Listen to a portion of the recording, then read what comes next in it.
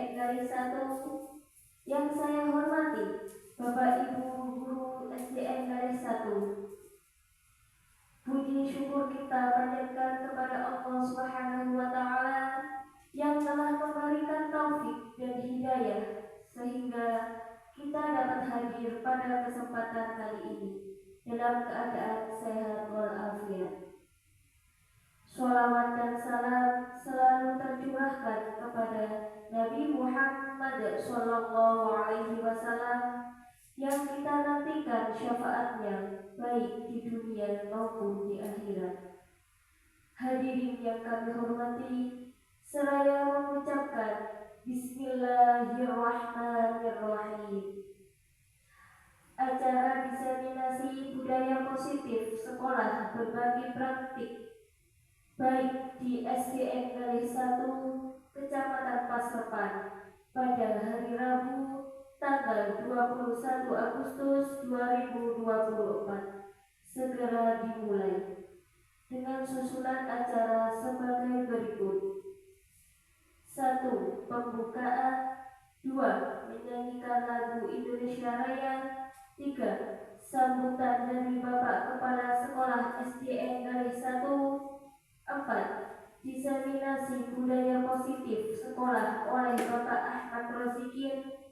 5. Penutup. Demikian susunan acara yang dapat kami informasikan. Hadirin yang kami hormati, merupakan acara selanjutnya yaitu menyanyikan lagu Indonesia Raya yang dipandu oleh Ibu Hartiarsih. Dimohon berdiri. Hadirin dimohon berdiri.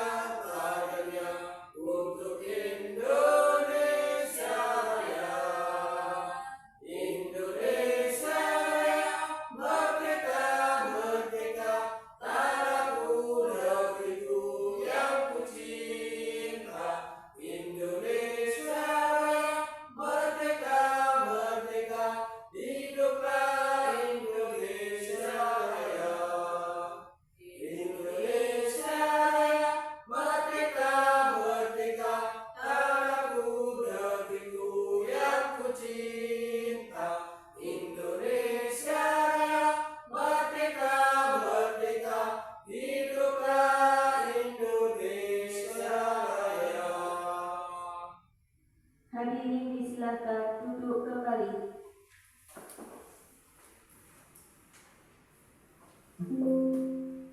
Hadirin yang kami hormati, merupakan acara selanjutnya yaitu sambutan Kepala Sekolah SDN Garis 1. Kepada yang terhormat Bapak Soleh SPD dipersilahkan.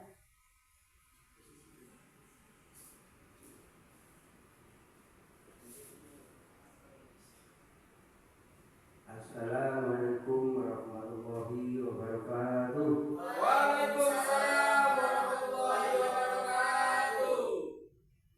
Kepada yang terhormat Bapak Ibu Dewan Guru SDN Garis 1 serta staf,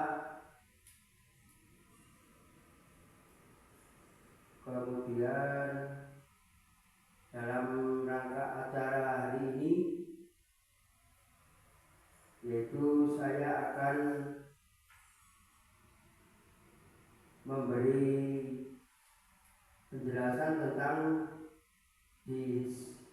diseminasi budaya positif sekolah berbagai praktik baik CGP angkatan kedua ke-11 Kabupaten Pasuruan sebagai upaya optimalisasi komunitas belajar di sekolah. Sekian dari kami. Apabila ada kekurangan kami mohon maaf. Wassalamualaikum warahmatullahi wabarakatuh. Waalaikumsalam warahmatullahi wabarakatuh.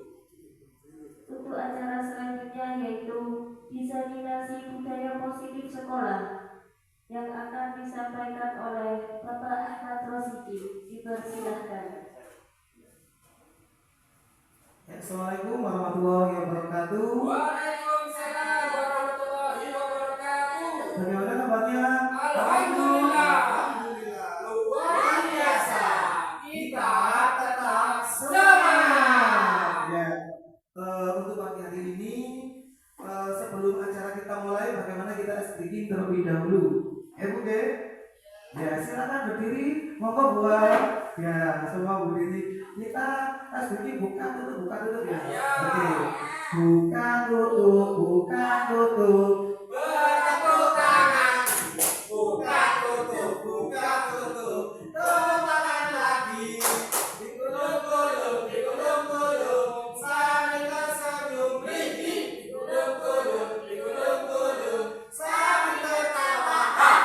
Peserta lagi ya, Bu. Satu, dua, tiga. Buka tutup. Bertepuk tangan. Buka tutup. Tepuk tangan lagi. Digulung-gulung. Sambil tersenyum ringkih. Digulung-gulung. Sambil tertawa. Oke, terima kasih Bapak Ibu. Silakan duduk kembali ya. Untuk kali ini saya akan melakukan diseminasi budaya positif sekolah ya, yaitu dengan berbagi praktik baik. Saya ini CGP angkatan 11 Kabupaten Pasuruan sebagai upaya optimalisasi komunitas belajar di sekolah ya, khususnya di lembaga saya ini yaitu di SDN Gale 1. Next, monggo. Ya, ini adalah profil saya. Nama saya adalah sebetulnya nggak tahu sendiri ya, Ahmad Rosidi. Ya, saya pengajarnya di SDN Gale 1 dan alamatnya saya Jalan Derwaidi Sudoyosodo, tempatnya di Kota Pasuruan. Oke, udah. Untuk kali ini dalam pemahaman dan penerapan budaya positif yaitu di SDN Gale 1 Kecamatan Pasuruan CGP angkatan 11 Kabupaten Pasuruan ini. Ya, untuk konsep inti budaya positif ya, di sini ada berapa? Ada 8 ya. Budaya positif yang pertama itu adalah tentang perubahan paradigma belajar. Nanti kita akan mengetahui apa itu perubahan paradigma belajar. Untuk yang kedua ada disiplin positif.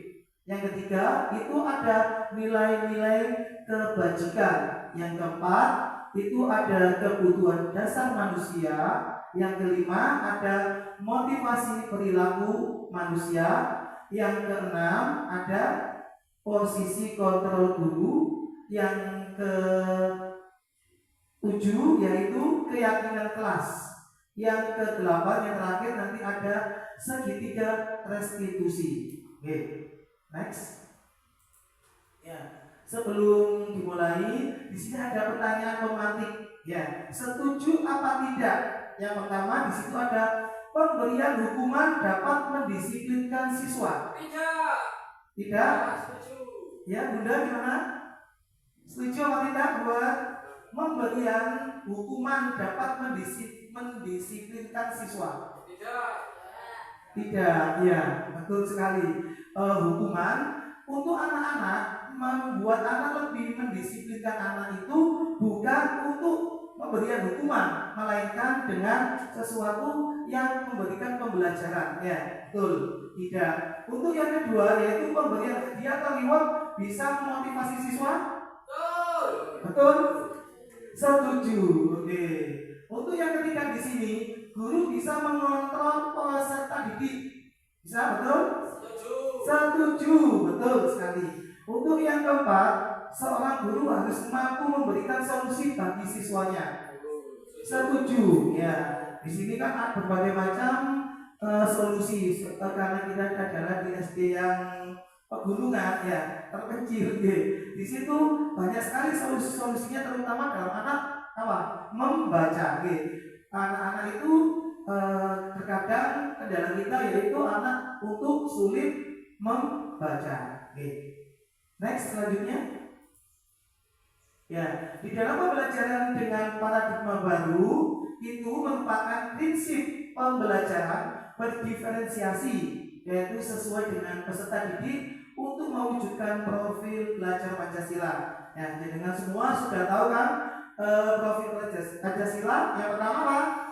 Yang pertama, beriman, bertakwa kepada Tuhan Yang Maha Esa dan berakhlak mulia. Yang kedua apa? Yang kedua, berkebinekaan global. Ya, benar itu. Yang ketiga apa? Bergotong royong. Keempat, kreatif. Yang kelima, bernalar kritis. Yang keenam, di situ apa? Mandiri. Ya, karena di sini yang pertama itu beriman, bertakwa kepada Tuhan Yang Maha Esa dan berakhlak mulia. Jadi peserta didik kita itu harus memiliki beriman, bertakwa kepada Tuhan Yang Maha Esa dan berakhlak mulia. Jadi anak harus diajari bersopan santun. Ya. Yang kedua, berkebinekaan global. Jadi anak-anak itu tidak membeda-bedakan temannya. Semua di sini adalah semua sama, walaupun itu laki-laki, perempuan, ya, kaya, miskin, cantik, jelek, semua itu sama semua. Ya, harus saling bersama. Untuk yang ketiga yaitu bergotong royong. Ya, bergotong royong di sini yaitu baik guru maupun murid semua itu harus memiliki sifat gotong royong. Karena dalam gotong royong pekerjaan yang seberat apapun akan menjadi lebih ringan. Betul. Selanjutnya yaitu ada kreatif. Mengapa anak-anak dituntut untuk kreatif? Karena kalau dengan kreatif anak-anak tadi itu dia mampu untuk mengasah otaknya, gitu. Yang selanjutnya yaitu bernalar kritis. Ya, di dalam bernalar kritis, setelah anak kreatif otomatis dia akan bernalar kritis. Dia akan memiliki ide-ide yang baru. Yang selanjutnya yang terakhir yaitu mandiri. Sebab kalau guru itu anak-anak terutama di guru SD, anak-anak itu harus apa? Mandiri, ya. Dikatakan mandiri karena masih kecil kita ajari mandiri agar dia tidak menggantungkan kalau di sekolah dia menggantungkan pada gurunya, sedangkan kalau di rumah dia tidak menggantungkan kepada orang tuanya. Oleh karena itu kita harus menerapkan mandiri. Oke? Ya, di sini mengubah paradigma stimulus respon ke pendekatan teori kontrol. Ya, di sini stimulus respon dan juga teori kontrol. Yang pertama, realitas atau kebutuhan kita sama. Tetapi dengan adanya teori kontrol, realitas kebutuhan kita akan menjadi berbeda. Yang utamanya itu sama, setelah adanya teori kontrol akan berbeda. Yang kedua yaitu semua orang melihat hal yang sama, tetapi dengan adanya teori kontrol kebalikannya, setiap orang memiliki gambaran yang berbeda. Yang ketiga, kita mencoba mengubah orang agar berpandangan sama dengan kita. Namun setelah adanya teori kontrol, kita berusaha memahami pandangan orang lain tentang dunia, ya, sudah mengglobal. Yang selanjutnya, stimulus respon perilaku buruk dilihat sebagai suatu kesalahan. Tetapi dengan adanya teori kontrol, semua perilaku memiliki tujuan. Tujuannya itu apa? Gitu. Selanjutnya yaitu orang lain bisa mengontrol saya. Tetapi dengan adanya teori kontrol, hanya Anda yang bisa mengontrol diri Anda sendiri. Ya. Untuk selanjutnya, saya bisa mengontrol orang lain. Dengan adanya teori kontrol, Anda tidak bisa mengontrol orang lain ya. Hanya Anda bisa mengontrol diri Anda sendiri. Nah, selanjutnya di sini ada pemaksaan pada saat wujudan gagal. Tetapi dengan adanya teori kontrol, adanya kolaborasi, kerjasama, dan konsensus menciptakan pilihan-pilihan yang baru. Yang terakhir di sini ada model berpikir menang atau kalah, ya. Tetapi dengan adanya teori kontrol, model berpikir akan bukan menang atau kalah, melainkan menang. Oke? Nah, di sini tentang disiplin positif. Ya, dikatakan dengan disiplin kita yang melakukan hal yang baik-baik, gitu ya. Disiplin positif itu gitu. Dalam budaya kita, maka disiplin telah berubah menjadi sesuatu yang seseorang pada orang lain untuk mendapatkan kepatuhan. Kita cenderung menghubungkan disiplin dengan ketidaknyamanan. Nah, di sini disiplin. Terkadang anak-anak itu memakai pakaian seragam sekolah itu harus dimasukkan. Nah, kadang-kadang juga di situ anak-anak tentang kepatuhan. Nah, habis kepatuhan tetapi mereka itu benar-benar tidak nyaman kadang-kadang. Pak Sandi, ya kadang-kadang nggak nyaman dikeluarkan lagi. Nah, anak-anak habis itu nggak gurunya dilakukan mana? Nah, di sini itu merupakan salah satu pendekatan disiplin diri yang memampukan seseorang untuk mengontrol perilakunya dalam kesadaran dan bertanggung jawab atas tindakannya sebagai wujud menghormati diri sendiri dan orang lain. Tadi anak di sini dengan tadi berpakaian dikeluarkan, dia akan mikir aku lah. Akhirnya dia itu akan merasa malu ya. Jangan pakaian dikeluarkan itu jelek lah sama katanya Pak Guru. Tetapi untuk menghormati dirinya sendiri dan orang lain, dia akan malu sehingga dia dapat memasukkan bajunya tadi. Oke. Nah, sampai di sini sebagai pendidik kita, sebagai bapak dan ibu guru, tujuan kita adalah menuntun murid untuk memiliki disiplin diri sehingga mereka bisa berperilaku yang mengacu pada nilai-nilai kebajikan universal secara menyeluruh dan memiliki motivasi intrinsik, motivasi yang berasal dari dalam dirinya sendiri, bukan merupakan ekstrinsik dari orang lain. Paham Bapak Ibu?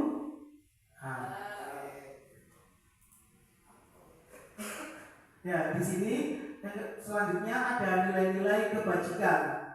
Nilai-nilai disepakati bersama lepas dari suku, bangsa, agama, bahasa maupun latar belakangnya. Contoh nilai-nilai kebajikan institusi atau organisasi. Di sini ada dibagi ada 3 macam. Yang pertama itu ada profil pelajar Pancasila. Yang kedua adalah IPO primary, yes program atau PYP. Ya. Yang ketiga di situ ada keterampilan hidup atau life skill. Ya. Yang pertama itu apa? Yang Bapak jangan tahu cuma profil pelajar Pancasila saja gitu. Yang tahu cuma itu beriman dan bertakwa dan berdosa, berakhlak mulia, berkebinekaan global, gotong royong, mandiri, kreatif dan kenalan kritis. Tetapi dengan adanya IPYP ini yaitu tentang apa saja? Kita ada sifat toleransi, yaitu di mana kita harus saling menghargai. Ada juga rasa hormat, ada integritas, mandiri, menghargai, antusias, empati, keingintahuan, ada juga kreativitas, kerjasama, percaya diri dan komitmen. Ya. Keterampilan hidup yaitu life skill. Yang ketiga di sini dapat dipercaya sehingga kita dapat dipercaya oleh orang lain. Ada juga lurus hati, ada pendengaran yang aktif, tidak merendahkan orang lain dan memberikan yang terbaik dari diri sendiri ini. Selanjutnya di sini ada kebutuhan dasar manusia. Ya, di dalam kebutuhan dasar manusia di sini adalah apa sih kebutuhan dasar manusia itu? Kebutuhan dasar manusia itu adalah segala sesuatu yang kita lakukan untuk mendapatkan apa yang kita inginkan. Itu dikatakan dengan kebutuhan dasar manusia. Seluruh tindakan yang kita lakukan memiliki tujuan tertentu dan semua usaha terbaik yang kita lakukan adalah dalam rangka agar kebutuhan dasar kita terpenuhi dengan baiknya. Itu tujuan dari kebutuhan dasar manusia. Nah, di dalam 5 kebutuhan dasar manusia, di situ ada yang pertama adalah bertahan hidup. Ya, yang kedua ada kasih sayang. Yang ketiga ada penguasaan. Yang keempat ada kebebasan. Yang kelima kesenangan. Contoh yang pertama bertahan hidup. Ya, bertahan hidup otomatis kita membutuhkan apa? Makanan. Ya, yang kedua pakaian, tempat tinggal, keamanan, ya, kesehatan. Itu yang penting dalam diri kita sendiri. Bertahan hidup. Yang kedua yaitu kasih sayang. Contohnya apa saja kasih sayang? Contohnya kasih sayang di sini adalah rasa diterima. Ya, rasa diterima, baik itu diterima di lingkungan keluarga, di lingkungan sekolah, lingkungan masyarakat, ya, walaupun di mana saja. Oke. Yang kedua dipedulikan. Kita merasa dipedulikan sama orang lain dengan adanya kasih sayang. Berbagi, ada kerjasama, menjadi bagian dalam kelompoknya. Itu merupakan salah satu contoh dari apa? Kasih sayang. Yang ketiga yaitu tentang penguasaan. Contohnya apa saja? Yaitu harga diri, keinginan untuk dianggap, memimpin, berprestasi, diakui, didengar. Nah, itu merupakan salah satu contoh dari penguasaan. Yang keempat di sini adalah kebebasan.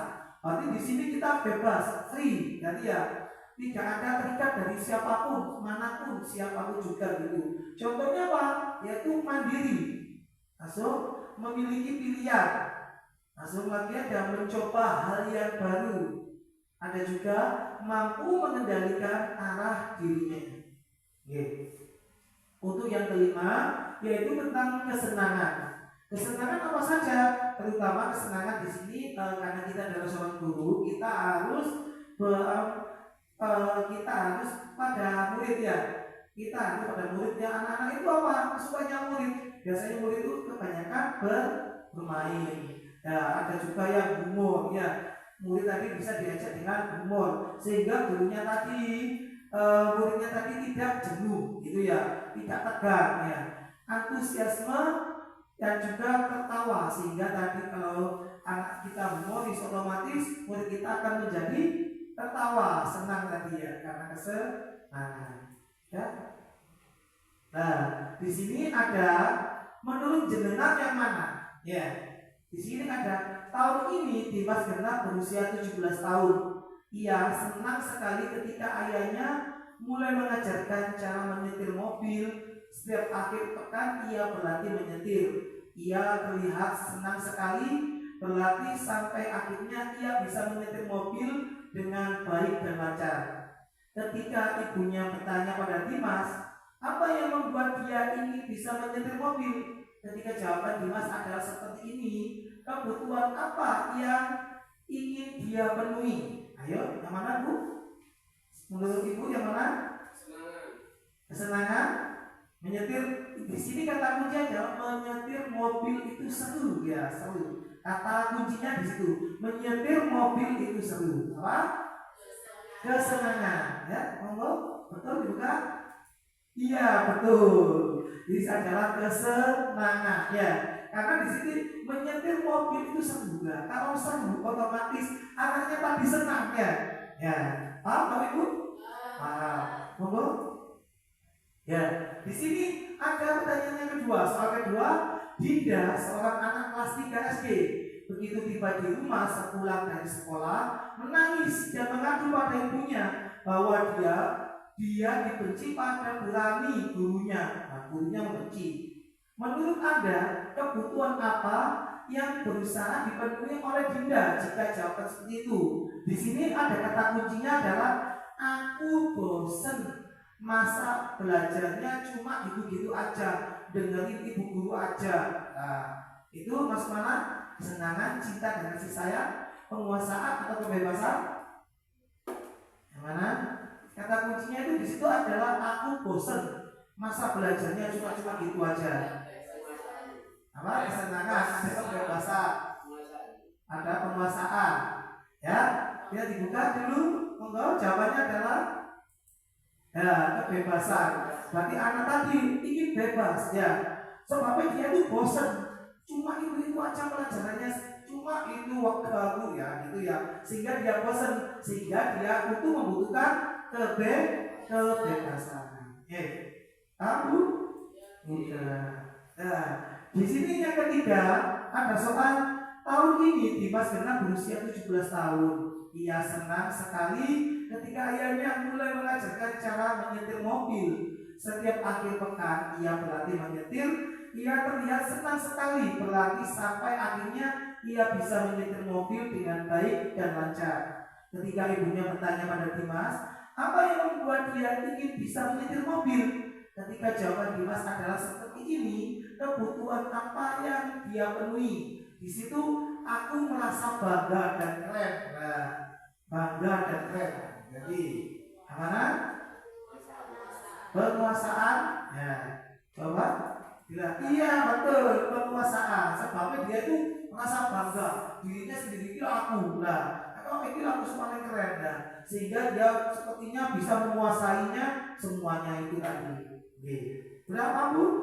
Nah, selanjutnya di sini ada motivasi perilaku manusia, yaitu untuk yang pertama ada dua faktor, yaitu motivasi eksternal dan ada juga motivasi internal. Kalau dikatakan motivasi internal itu yaitu motivasi yang berasal dari dalam diri sendiri, ya. Sedangkan kalau dikatakan motivasi eksternal yaitu motivasi yang berasal dari luar diri sendiri, luar dari tubuh kita. Ya. Contohnya apa? Di sini ada yaitu motivasi eksternal, yaitu untuk menghindarkan manfaatnya, yaitu untuk menghindarkan ketidaknyamanan atau hukuman. Ya. Yang kedua itu untuk mendapatkan imbalan atau penghargaan. Ya. Kalau eksternalnya otomatis kalau dia melakukan hal yang positif biasanya mendapatkan imbalan atau penghargaan. Tetapi apabila kita melakukan hal yang negatif, mesti ketidaknyamanan atau kita akan mendapat hukuman. Nah, kalau motivasi internal yaitu untuk manfaatnya apa? Yaitu untuk menghargai diri sendiri, diri kita sendiri. Oke. Nah, di sini tentang motivasi internal tadi, yaitu ada dari Ki Hajar Dewantara selaku Bapak Pendidikan Indonesia, yaitu merdeka itu artinya tidak hanya terlepas dari perintah, akan tetapi juga cakap buat memerintah diri sendiri. Berarti di sini kita tidak hanya terlepas dari perintah. Hei kamu, sini. Lah bukan sini kamu. Ayo ambil airnya. Ayo bersihkan papan tulis. Ayo kamu kerjakan PR-nya. Nah bukan itu saja, melainkan tetapi yaitu dengan membuat perintah dirinya sendiri. Berarti saya ini sadar pada diri sendiri, sehingga di dalam membuat perintah diri sendiri tadi itu merupakan salah satu contoh dari motivasi internal, yaitu manfaatnya apa? Manfaatnya apabila kita memiliki motivasi internal yaitu dapat menciptakan disiplin positif dan sikap merdeka. Oke? Nah, di sini ada dua konsekuensi, ada juga hukuman. Ya, apa konsekuensi dan hukuman itu? Contohnya di sini adalah konsekuensi dulu saya terangkan, yaitu hubungan dengan kesalahan. Langsung di situ contohnya apa? Waktu penggunaan HP berikutnya dikurangi. Ya, ada juga memberikan pengalaman belajar dengan membuat alarm untuk mengingatkan diri sendiri. Ya. Oh, berarti saya harus pakai alarm, membuat alarm untuk mengingatkan saya sendiri itu. Tetap menghargai anak. Bagaimana caranya? Tidak menghargainya, ya tidak membentak dan tidak mengancam. Ya. Langsung yang masuk akal yaitu saat menggunakan HP tidak sendirian di kamar. Ya.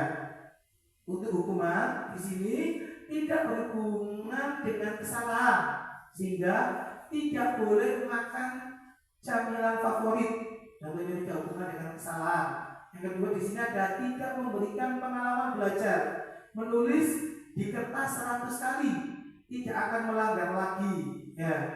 Di sini juga ada tidak menghargai anak, membentak, mengancam, menceritakan kesalahan adalah anak kepada orang lain. Yang tidak masuk akal, HP ditempel di dinding atau meja makan agar tidak dibawa kemana-mana. Nah, mungkin kan di HP ditaruh di meja dinding gitu, di dinding atau di mejanya gitu. Oke? Nah, di sini ada pertanyaan, ini termasuk hukuman atau konsekuensi. Kalau tadi hukuman itu otomatis anak itu membuat jerah, tetapi dia tetap melakukan kesalahannya lagi dan merupakan contoh hal yang negatif. Kalau konsekuensi di situ betul berupa hukuman, tetapi anak lama-kelamaan akan sadar dengan dirinya sendiri, termotivasi pada dirinya sendiri sehingga dapat menghargai dirinya sendiri. Kalau konsekuensi ini termasuk hukuman atau konsekuensi. Nah di sini mencatat 100 kali di dalam buku kalimat. Ya, terlambat karena terlambat ke sekolah. Ini sanksi, konsekuensi atau hukuman? Nah, ada yang hukuman, ada yang sanksi. Ya. Di sini yang betul adalah apa? Nah, konsekuensi Bu, ternyata ini ya. Mengapa konsekuensi? Karena di situ di dalam keyakinan kelas, ya di dalam kelas sudah disepakati bersama, sudah disepakati bersama. Nanti kalau kamu terlambat sekolah, apa yang kamu lakukan? Ya sudah dilakukan apa tadi? Keyakinan kelas, sehingga yang adalah ada konsekuensinya. Selanjutnya Pak. Ya, lari mengelilingi lapangan basket 2 kali karena terlambat hadir di sekolah. Itu konsekuensi atau hukuman? Hukuman? Betul? Iya, betul. Karena ini adalah membuat anak menjadi jerah dan dia akan jengkel hingga dia itu akan marah kepada gurunya. Ini merupakan salah satu contoh dari hukuman. Nah, di sini ada 2. Yang pertama dulu, nanti yang ketiga sama keempat ini nanti jawabannya nanti dulu. Dia membersihkan coretan yang dibuatnya di meja tulis. Itu konsekuensi apa hukuman? Konsekuensi. Ya, untuk murid diminta untuk push up 15 kali karena tidak menggunakan masker ke sekolah. Ya, hukuman. Coba, ini monggo. Lah, betul. Bapak Ibu sudah paham, ya? Sudah paham. Selanjutnya monggo. Lah, di sini ada 5 posisi kontrol guru. Ya. Apa saja 5 posisi kontrol guru? Yang pertama itu adalah penghukum. Yang kedua yaitu pembuat merasa bersalah. Yang ketiga sebagai teman. Yang kelima di sini adalah pemantau. Yang keempat pemantau. Yang kelima itu sebagai manajer. Ya, contoh penerapan 5 posisi kontrol. Di sini ada kasus yaitu anak siswa terlambat sekolah. Ya, penghukum. Diberi hukuman anak tadi, diberi penghukum yaitu keliling lapangan. Nah, penghukum. Karena tadi ada 5 penghukum. Ya, pembuat rasa bersalah. Di sini yaitu berapa kali ibu bapak ibu harus memberitahukan kamu selalu saja mengecewakan bapak ibu. Ya, sehingga dia itu membuat rasa bersalah. Gurunya tadi merasa bersalah. Langsung next. Nah, di sini ada teman.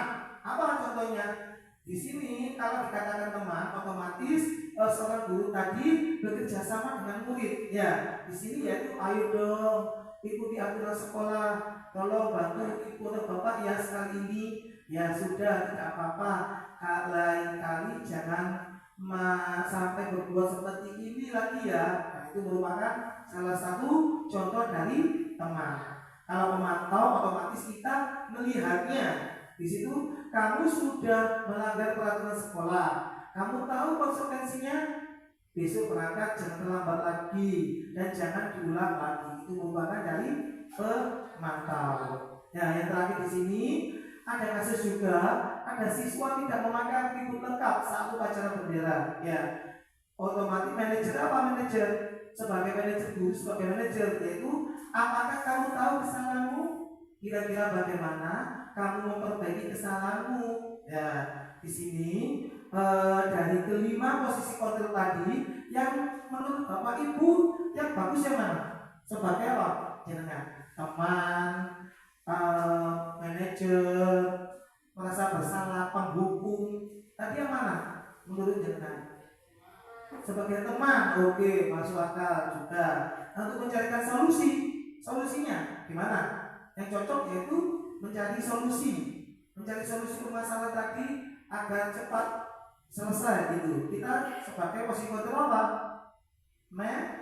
Manager, ya, itu merupakan salah satu cara untuk memperbaiki anak tadi ya, peserta didik kita. Oke. Ya, 5 posisi kontrol di sini ada video, Bapak Ibu tolong dilihat deh.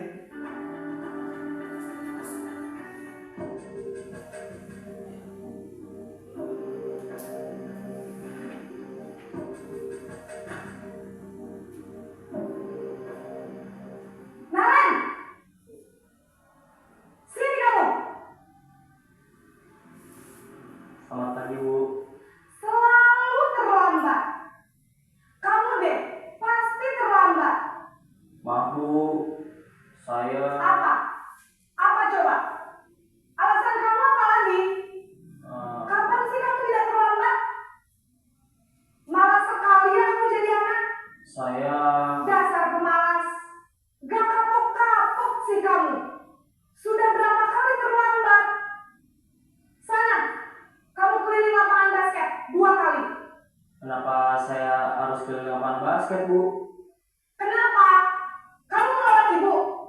Berani-beraninya jawab. Sudah terlambat, masih berani jawab pula. Sekarang, keliling lapangan basket 5 kali sekalian. Biar kapok. Cepat. Pergi sana ke lapangan basket.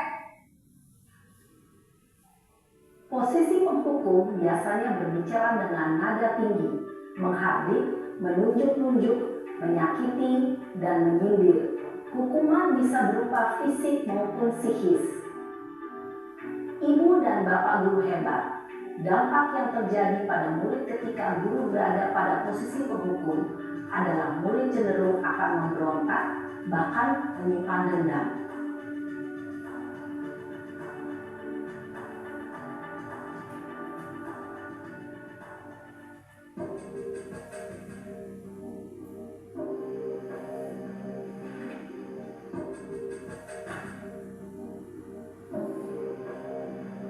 Naren!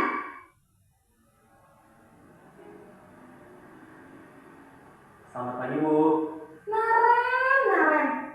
Kamu kenapa terlambat lagi, nak? Ya Tuhan, Naren. Kamu senang ya bikin ibu susah ya? Kalau kamu terlambat lagi, nanti ibu yang ditegur bapak kepala sekolah, nak.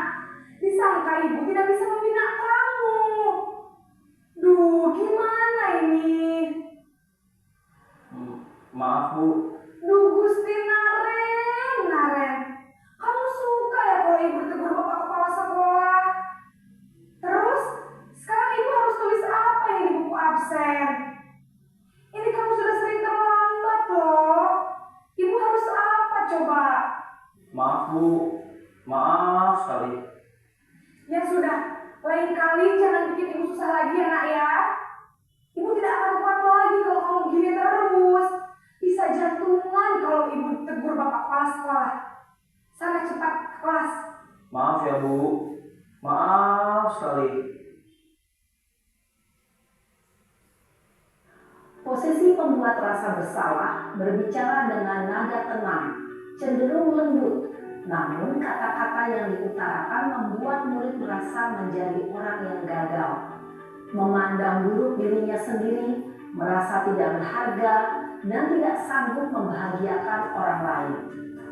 Ketika guru mengambil posisi pembuat rasa bersalah, murid akan menganggap dirinya yang bersalah dan ia akan menyimpan emosi negatif tersebut di dalam dirinya. Ya, di dalam posisi kontrol tadi, di situ kita melakukan apa? Posisi apa tadi? Penghukum dan apa tadi? Pembuat merasa bersalah. Ya, di sini tentang posisi penghukum tadi sudah kelihatan gurunya tadi apa? Nada suaranya itu tinggi, bahasa tubuhnya tuh matanya seperti melotot gitu, dan jari menunjuk menghadi, seakan-akan anak tadi itu memang salah gitu.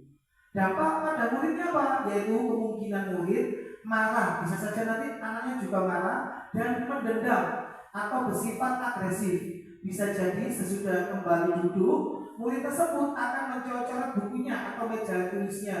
Lebih buruk lagi, sepulang sekolah, murid melihat motor atau mobil bapak ibu guru dan akan menggores kendaraan tersebut dengan paku karena anak tersebut merasa benci ya, pegelan ini gitu. Ya, yang kedua yaitu pada posisi apa tadi?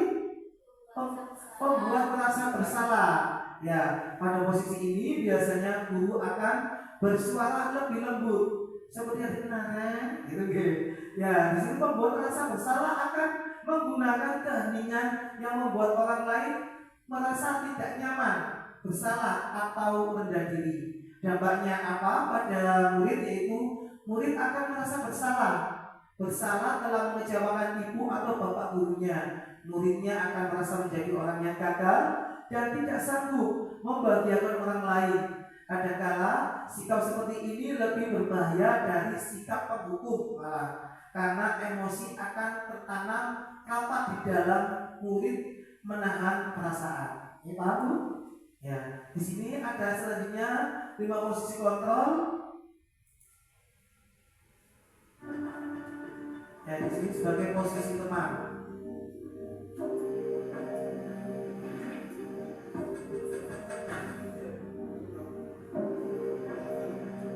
Naren,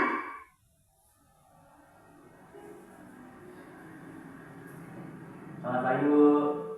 wah, sudah jam berapa ini nak? Terlambat lagi ya sayang. Iya Bu, habis ibu saya lupa bangunkan saya Bu. Kamu malah menyalahkan ibu kamu. Kamu bukannya anak yang larinya paling kencang. Kok terlambat sih? Iya Bu, saya memang terlambat bangun tadi. Jadi biarpun saya lari kencang, tetap gak kekejar Bu. Ya sudah sana, nanti lain kali larinya lebih kencang lagi ya. Biar gak terlambat lagi. Bikin senang ibu, demi ibu. Bisa kan? Bisa lah Bu. Ya sudah sana masuk kelas. Ibu beresin urusan absen kamu. Kamu ini ada-ada saja. Dalam posisi teman, guru berbicara dengan nada suara ramah, akrab, cenderung bersenda gurau untuk menjaga suasana tetap santai. Murid akan merasa senang, aman, dan akrab dengan guru. Identitas yang tercipta adalah identitas sukses atau berhasil. Namun, perlu diingat, karena ini masih dorongan eksternal, maka ada faktor ketergantungan dari murid kepada orang tertentu. Di sini guru aksennya, sehingga di lain waktu murid bisa berperilaku baik, namun hanya kepada orang-orang tertentu saja.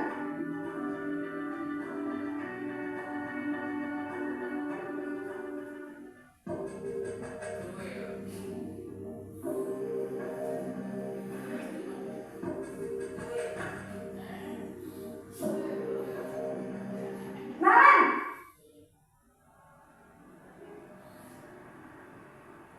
Selamat pagi Bu. Naren, apa peraturan sekolah kita tentang jam berapa kita harus masuk sekolah, nak? Kita harus di sekolah jam 7 Bu. Iya betul, sekarang sudah jam 7.20. Naren sudah tahu konsekuensinya jika terlambat hadir. Paham Bu, saya harus tinggal kelas pas jam istirahat selama 20 menit. Ya benar, konsekuensinya demikian. Jadi nanti jam 9.30 pas istirahat, kamu harus tinggal di kelas, kerjakan tugas tambahan untuk ketertinggalan kamu, ya? Baik Bu. Posisi pemantau mengandalkan penghitungan atau data untuk mengontrol murid. Guru mengarahkan murid berdasarkan peraturan dan konsekuensi. Seorang pemantau menunjukkan bahasa tubuh dan ekspresi wajah yang datar dan cenderung formal. Ya, itu tadi contoh dari posisi kontrol yang ketiga dan keempat. Yang posisi yang ketiga yaitu apa tadi? Posisi sebagai teman. Bahasanya halus gitu ya. Oke. Di sini dalam posisi teman, guru pada posisi ini tidak akan menyakiti murid, namun akan tetapi berupaya mengontrol murid melalui persuasi. Posisi teman pada guru bisa negatif ataupun positif. Positif di sini berupa hubungan baik yang terjadi antara guru dan murid. Hal yang negatif yaitu dari posisi teman adalah bila suatu saat guru tersebut tidak membantu, maka murid akan kecewa dan berkata, murid merasa dikecewakan dan tidak mau lagi berusaha. Murid akan merasa senang dan akrab dengan guru. Ini termasuk dampak yang positif. Hanya saja di sisi negatif murid menjadi tergantung pada guru tersebut ya. Bila ada masalah, dia merasa bisa mengandalkan guru tersebut untuk membantunya. Hanya mengandalkan gurunya saja ya. Menggantungkan gurunya. Untuk posisi selanjutnya yaitu posisi pemantau. Dalam posisi pemantau berarti mengawasi.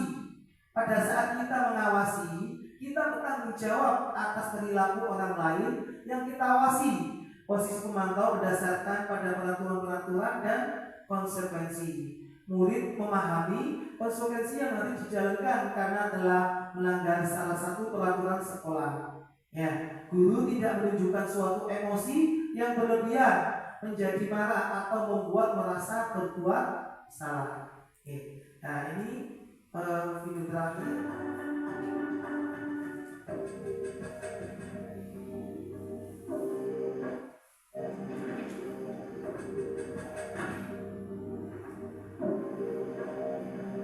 Naren!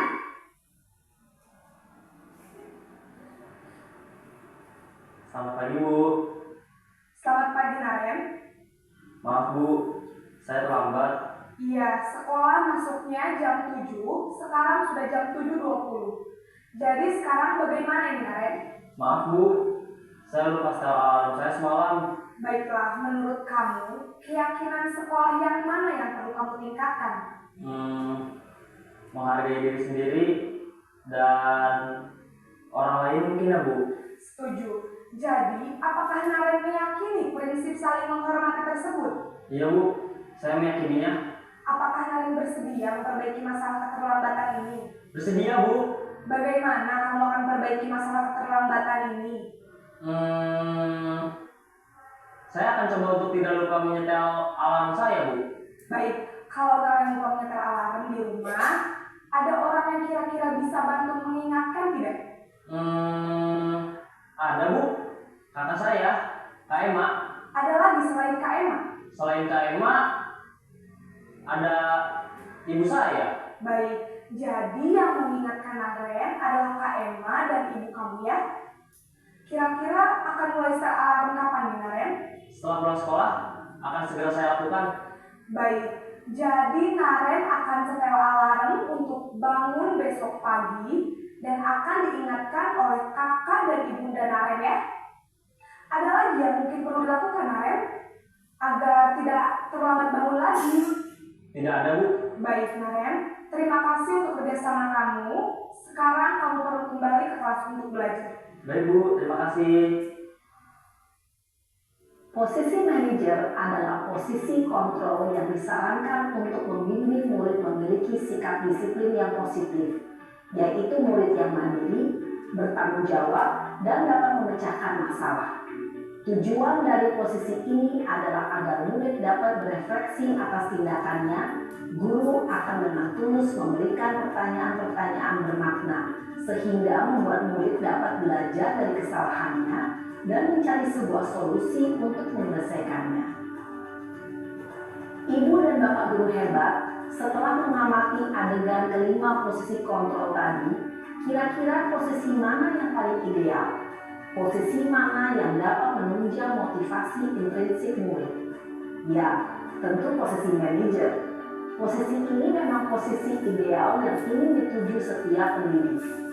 Pada posisi inilah, guru dapat menerapkan disiplin positif yang berpihak pada murid, yang memerdekakan murid. Perjalanan seorang pendidik tentunya tidak mudah untuk sampai pada posisi seorang manajer. Namun, tujuan kita pasti, yaitu menciptakan murid-murid yang mandiri, merdeka, dan bertanggung jawab. Semoga penggambaran 5 posisi kontrol yang telah diperlihatkan ini dapat menjadi ajang refleksi bagi kita semua, agar dapat terus mengasah dan menerapkan disiplin positif yang memerdekakan murid. Mari terus berlatih dan bersemangat. Selamat menerapkan. Salam dan bahagia, Ibu dan Bapak guru hebat. Ya, untuk yang kelima dalam posisi kontrol yaitu tentang posisi manajer. Dalam posisi terakhir ini, manajer adalah posisi di mana guru berbuat sesuatu bersama dengan murid, mempersilahkan murid mempertanggungjawabkan perilakunya, mendukung murid agar dapat menemukan solusi atas permasalahannya tersebut, sehingga fokus ada pada murid, bukan untuk membahagiakan guru atau orang tua. Murid sudah mengetahui adanya suatu masalah dan sesuatu perlu terjadi. Guru akan mengembalikan tanggung jawab pada murid untuk mencari jalan keluar permasalahannya, tentu dengan bimbingan dari seorang guru. Paham? Oke. Ya. Di sini posisi tadi jenengan sudah ada 5 posisi kontrol. Yang pertama tadi yaitu apa? Posisi penghukum, masuk, pembuat merasa bersalah, ada teman, ada posisi apa lagi? Teman, ada manajer, ada apa lagi artinya? Pemantau. Nah, dalam yang jenengan lihat ini, di sini jenengan sudah lihat. Next.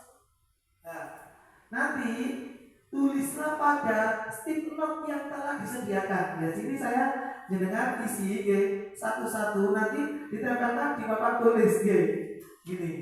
Di situ menurut jenengan pada gambar yang Anda pantau di situ apa?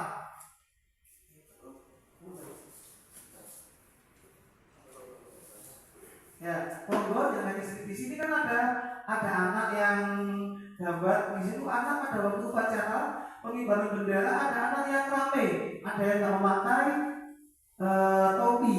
Nah, itu yang perlu jenengan posisi manakah yang sebagai guru, seumpamanya jenengan ibaratkan posisi guru sebagai manajer.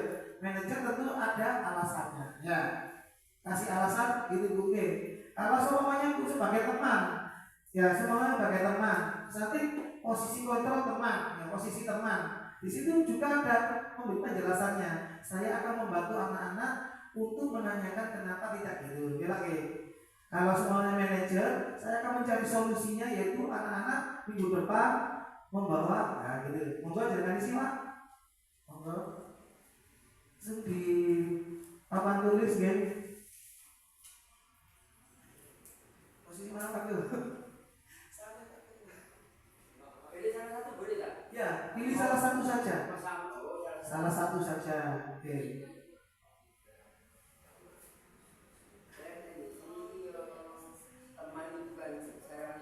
Posisi manajer berarti kita harus kita mencari solusinya, memperbaiki murid tadi. Posisi manajer apa yang Anda lakukan? Andaikan sebagai teman, kalau penghukum kayaknya nggak cocok kita sebagai guru kita mungkin. Kalau penghukum dan juga pembuat merasa bersalah itu nggak cocok kita Pak. Sebabnya kalau pembuat merasa bersalah betul omongannya halus tapi anak itu menyakitkan gitu. Jangan sampai yang itu kalau bisa. ya menyinggung perasaan orang lain. Yang ide cuma teman sama manajer gitu. Salah satu.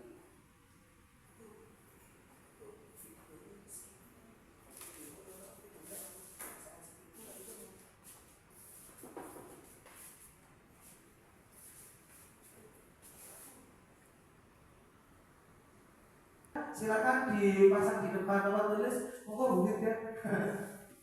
Asal tidak, monggo.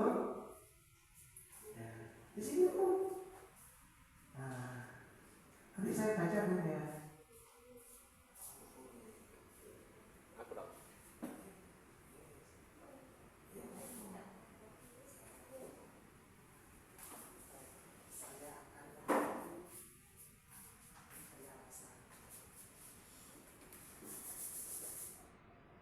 Ini lagi. Atas itu ada.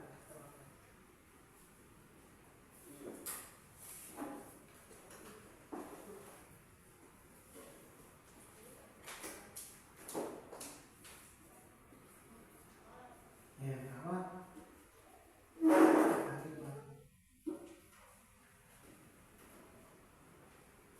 Ya, di sini tadi ada anak tentang melakukan upacara. Ya, sebagai pemantau, di sini ada posisi kontrol teman. Karena saya sebagai guru kelas 1 harus memberikan arahan contoh yang baik untuk anak didik saya. Karena anak kelas 1 ini butuh arahan yang baik. Ya, betul. Itu buat kelas 1 sebagai guru kelas 1. Ya, selanjutnya ada juga posisi teman. Ada yang anak yang tidak memakai topi, saya akan membantu untuk mencari alasannya mengapa dia itu tidak memakai topi. Bisa saja dia itu karena ketinggalan Pak, karena tadi belum dicuci Pak, gitu. Oke, betul. Ada juga manajer, yaitu membantu peserta tidak untuk mencarikan solusinya untuk menggunakan topi atau atribut sekolah. Ya, tadi untuk mencari solusinya. Oke. Di sini juga ada posisi kontrol sebagai teman, karena kamu tidak pakai atribut sekolah, ya, untuk membantu mereka, alasan mereka itu tidak memakai topi, ya. Oke. Ya, di sini tentang keyakinan kelas. Mengapa keyakinan kelas bukan peraturan kelas? Ya, ada juga di sini ada hukuman, ada konsekuensi, ada juga restitusi. Ya, hukuman itu tidak terencana atau tiba-tiba. Kalau sedangkan konsekuensi terencana atau disepakati sesuai aturan. Restitusi di situ adalah proses menciptakan kondisi bagi murid untuk memperbaiki keadaan.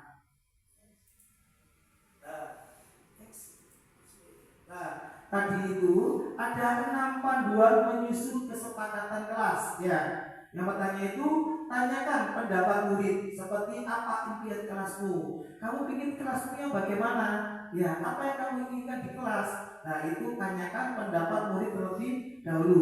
Setelah itu, tanyakan ide dari murid-murid untuk mencapai kelas impianmu. Baik itu kalian disuruh di papan tulis, membuat poster, atau tulisan, gambar, gitu. Yang ketiga, ambil kesimpulan dari ide murid. Ya, setelah kalian dengan itu menanyakan idenya, lalu ambil kesimpulan dari ide-ide murid tersebut. Yang keempat, ubah ide menjadi kesepakatan kelas.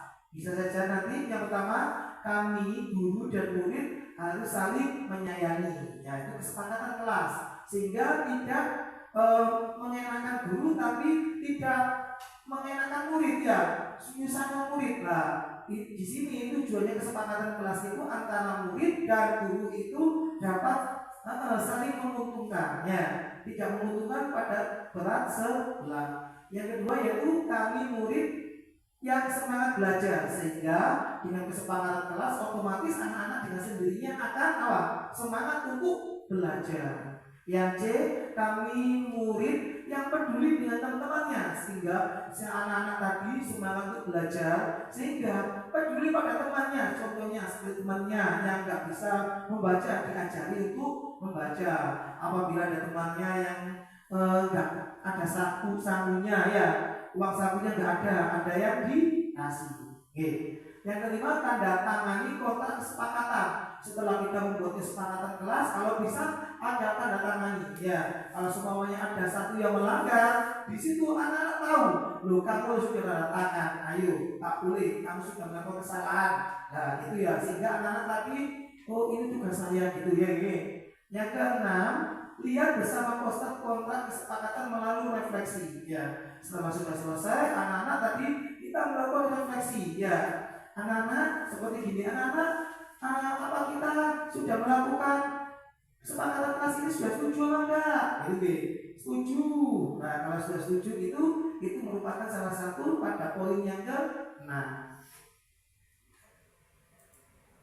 Ya, pembentukan keyakinan kelas yaitu bersifat abstrak, ada juga berupa pernyataan universal atau menyeluruh, ada juga sesuai dengan kondisi kelas dan sekolah sehingga mudah diterapkannya.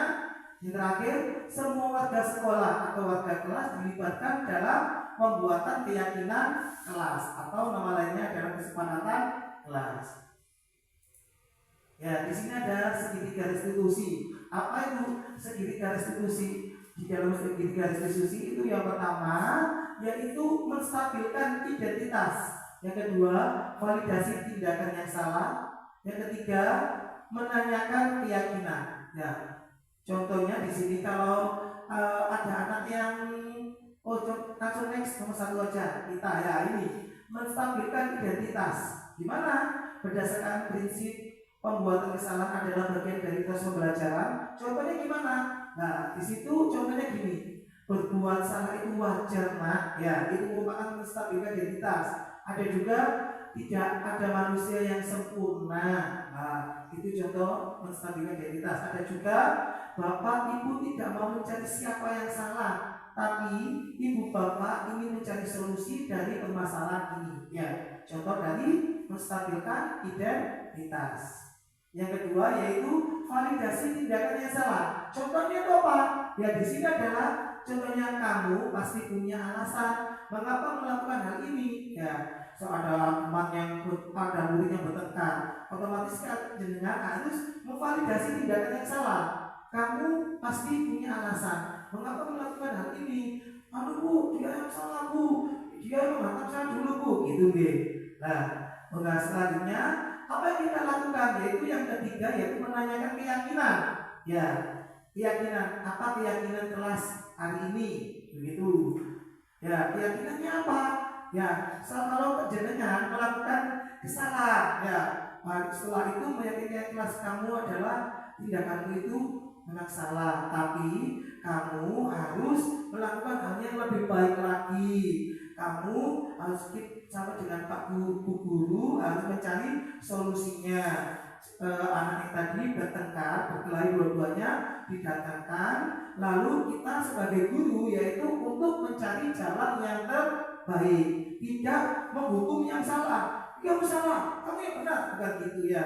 Nanti yang benar itu kita beri tangan sedikit dan jangan selalu menyalahkan yang salah. Ya, demikian tadi dalam penerapan program disiplin positif adanya guru memiliki standar kepribadian profesional dan sosial yang baik, di mana guru mampu merefleksi dirinya dan posisi pada saat ini, bagaimana perjalanan diri seorang among atau manajer yang menuntun muridnya menjadikan insan mandiri, merdeka dan bertanggung jawab. Oke, untuk selanjutnya di sini saya skip note jenengan refleksi ya.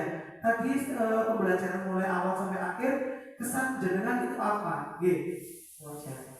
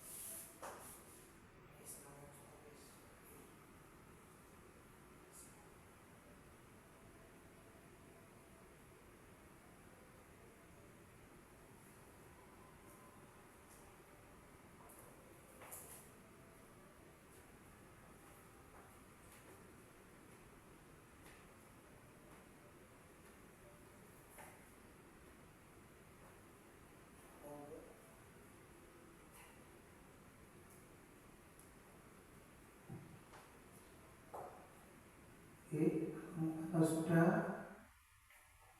lupakan tulis nih. Buat ini apa buat?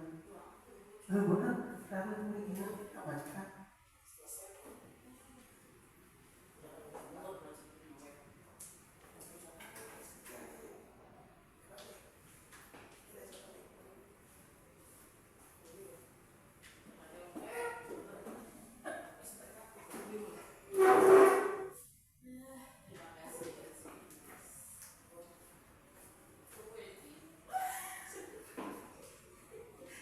Ya, hasil refleksi tadi di sini yaitu ada penerangan diseminasi sudah cukup baik, sudah baik gitu. Ada yang kedua, himbauan saya untuk diterapkan di SDN Garis 1 ya tentang tadi penerapan budaya positif, semoga dapat terlaksana di SDN Garis 1.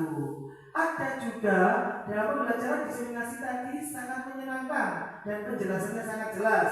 Ya, ada juga saya menjadi lebih paham tentang praktik baik peran guru terhadap budaya positif di sekolah.